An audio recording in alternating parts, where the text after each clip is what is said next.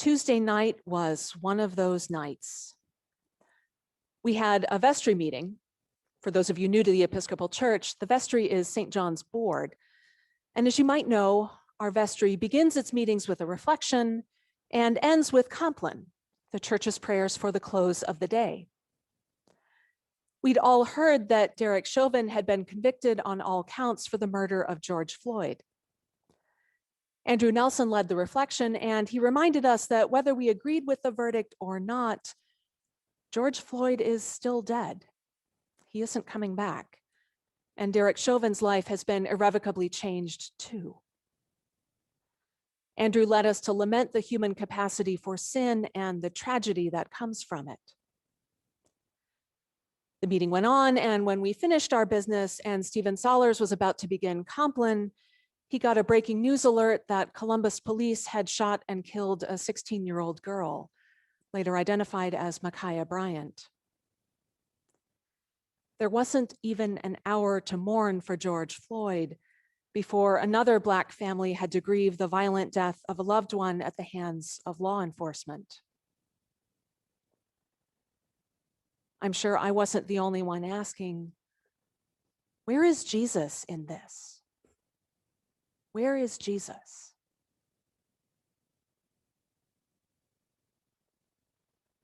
The purpose of the Gospel of John is to answer that question. John is the gospel where a wide-angle lens pays off. John doesn't tell any part of Jesus' story in a few sentences. He'll take an entire chapter or two or three to give us a complex, nuanced picture.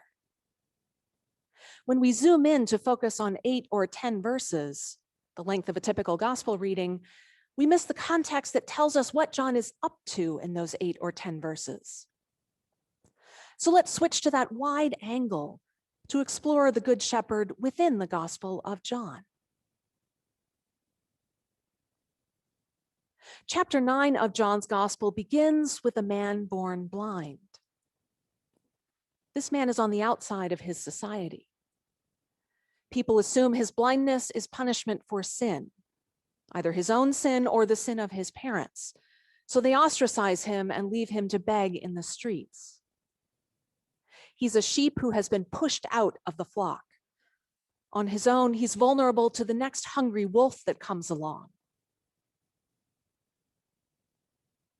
Jesus heals this man. He spits on the ground, makes mud, spreads it on the man's eyes, and tells him to go and wash in the pool of Siloam. The man does and comes back able to see, able to join the flock. The neighbors are curious, astonished, disbelieving. They keep asking, "But how were your eyes opened?" The man keeps saying, "The man called Jesus made mud, spread it on my eyes, and told me to wash. I washed, and now I see." The neighbors are still skeptical. They bring this man to the Jewish leadership. Now, Jesus and the Jewish leadership have been at odds since the beginning of Jesus' ministry.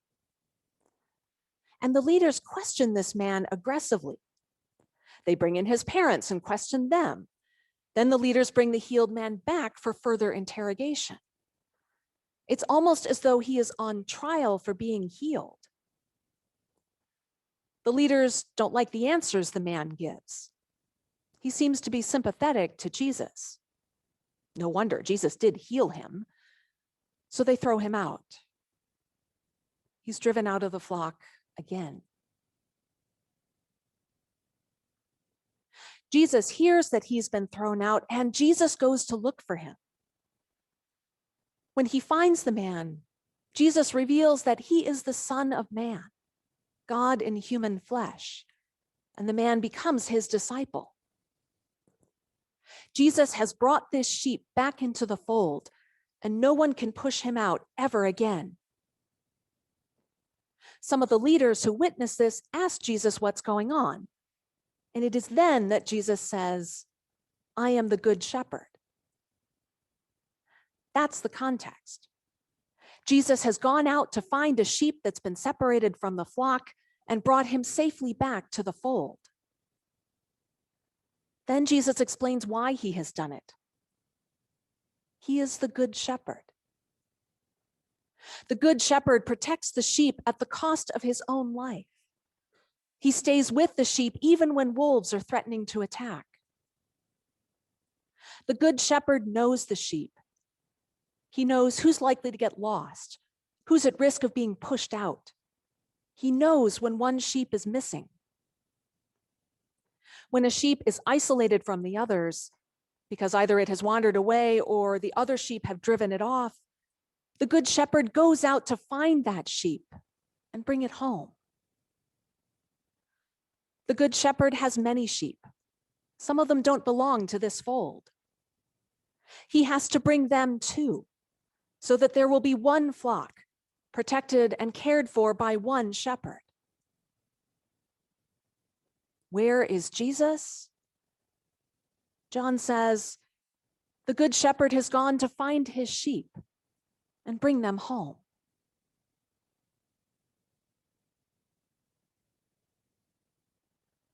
Where is Jesus? The Good Shepherd has gone to find his sheep and bring them home. He has gone to find George Floyd and Breonna Taylor and Andre Hill and Casey Goodson Jr. and Philando Castile and Tamir Rice and Oscar Grant, all the sheep who were pushed out of the flock and made vulnerable to wolves. Their lives matter as much as my life matters, or yours. And the Good Shepherd knows them by name. He is willing to lay down his life to protect them.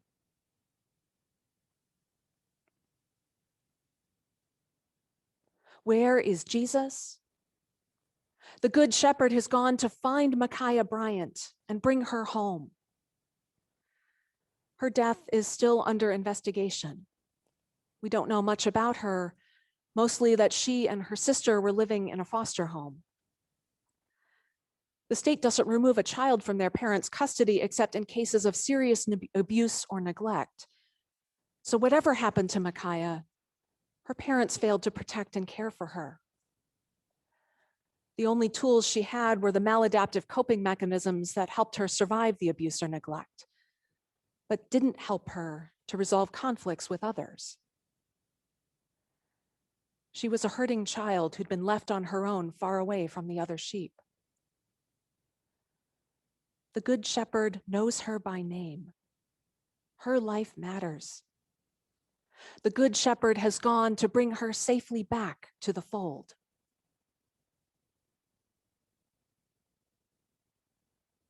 Where is Jesus?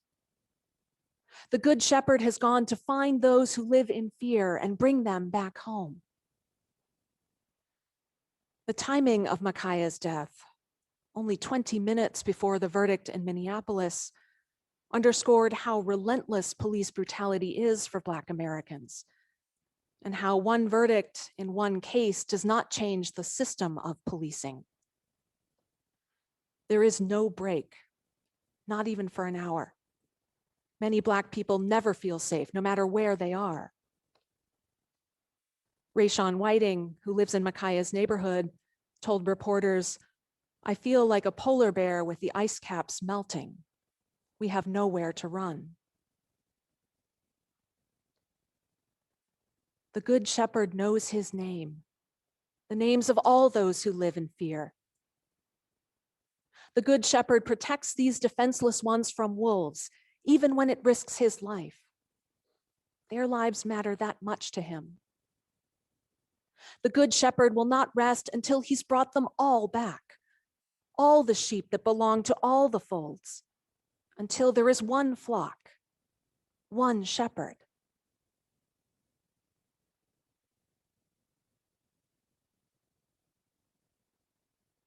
As disciples of Jesus, we ask where Jesus is in order to follow him, that where he goes, we may be also. The Good Shepherd seeks out the lost sheep to bring them home. So we do the same. A report released in February found that Franklin County has one of the highest rates of deadly police shootings in the United States. Among the 100 most populous counties, Franklin County, Ohio ranks 18th. Too many sheep are getting lost in our county. We have got to close the gate of the sheepfold to protect our community. And here is one way we can do that. BREAD, the Interfaith Community Justice Organization that St. John's joined back in 2009, is preparing for its annual Nehemiah action on May 11th at 7 p.m. Police reform is one of the 3 focus areas this year.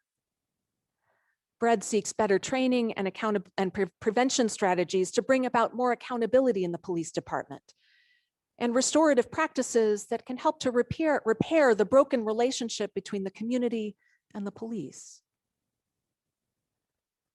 There's a rare opportunity this year. The City of Columbus is implementing a citizens review board, hiring a new police chief, and renegotiating its contract with the police union. Police departments operate under mutual aid agreements with nearby jurisdictions, so what happens in Columbus affects policing in the suburbs and vice versa. Showing up in large numbers for the Nehemiah action tells elected officials that we care about these lost sheep, and we expect action. When the faith community demands change, governments listen. The Nehemiah action is online this year because of COVID. It is easier than ever to attend. Melville and I have already registered, and I ask all of you to do the same. You can sign up online at breadcolumbus.org. More information will be in the May Crossroads newsletter.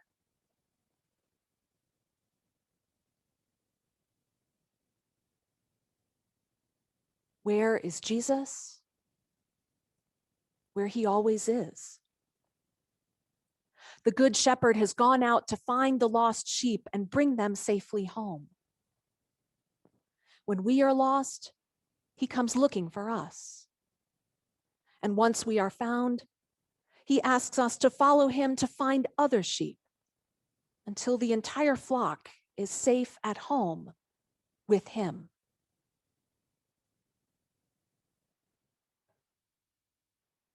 Amen.